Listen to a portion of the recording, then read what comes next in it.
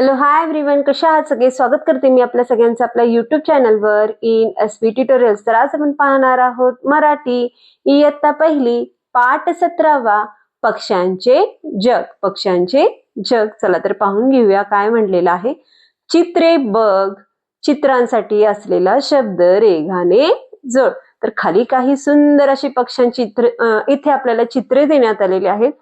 पहिला काय करायचं आहे, त्यांच्याबद्दल आपल्याला जाणून घ्यायचं आहे. त्यानंतरच त्यांना चौकटीत दिलेल्या जे काही त्यांची नावं आहेत त्या नावांसोबत त्यांना काय करायचं आहे, रेघेनं जोडून घ्यायचं आहे. चला हे बघा मुलांनो, हा हिरव्या रंगाचा पक्षी कोण आहे?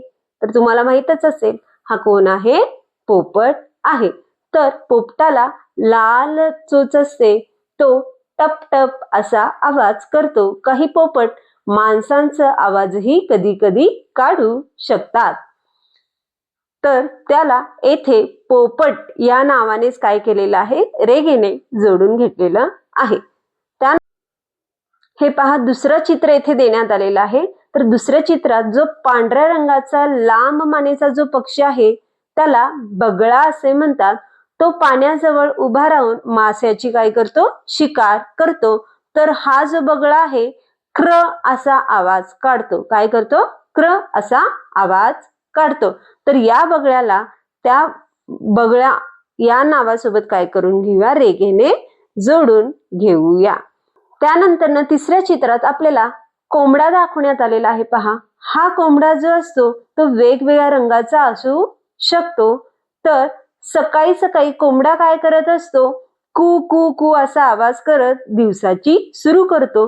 हा लाल कंठ असलेला कोंबडा, त्याच्या डोक्यावर काय असतं, सुंदर असा तुरा असतो. तर या कोंबड्याला कोंबड्या या शब्दासोबत काय करून घेऊया, रेघेने जोडून घेऊया. त्यानंतर चौथ्या चित्रात आपल्याला कबूतर दाखवण्यात आलेला आहे. तर हा कबूतर करडा, साधा आणि शांत स्वभावाचा पक्षी असतो. कबूतर घराच्या कड्या किंवा खिडकीवर बसलेला आपल्याला दिसून येतो.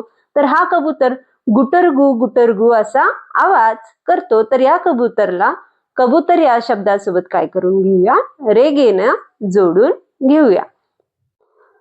पाचव्या चित्रात आपल्याला मोर हा पक्षी दाखवण्यात आलेला आहे. तर हा मोर हा पक्षी रंगबिरंगी पिसांचा पक्षी असतो.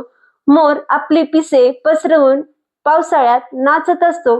पावसाळ्यात मोराचा नाच आणखीनच सुंदर दिसतो आणि हा मोर के के असा आवाज काढतो. तर या मोराला मोर या शब्दासोबत काय करून घेऊया, जोडून घेऊया.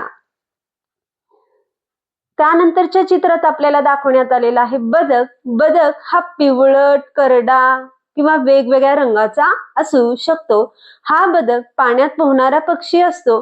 बदकाचे पाय पडद्यासारखे असतात म्हणून त्याला पाण्यात छान असे पोहता येते. बदक हा पक्षी क्वॅक क्वॅक असा आवाज काढतो. तर बदकला बदक या शब्दासोबत रेघेने जोडून घेऊया. त्यानंतर पुढील चित्रात आपल्याला कावळ्याचं चित्र देण्यात आलेलं आहे. तर कावळा जो आहे तो काळ्या रंगाचा पक्षी असतो. आपण त्याला रोज पाहतो. कावळा हा काव काव असा आवाज करतो.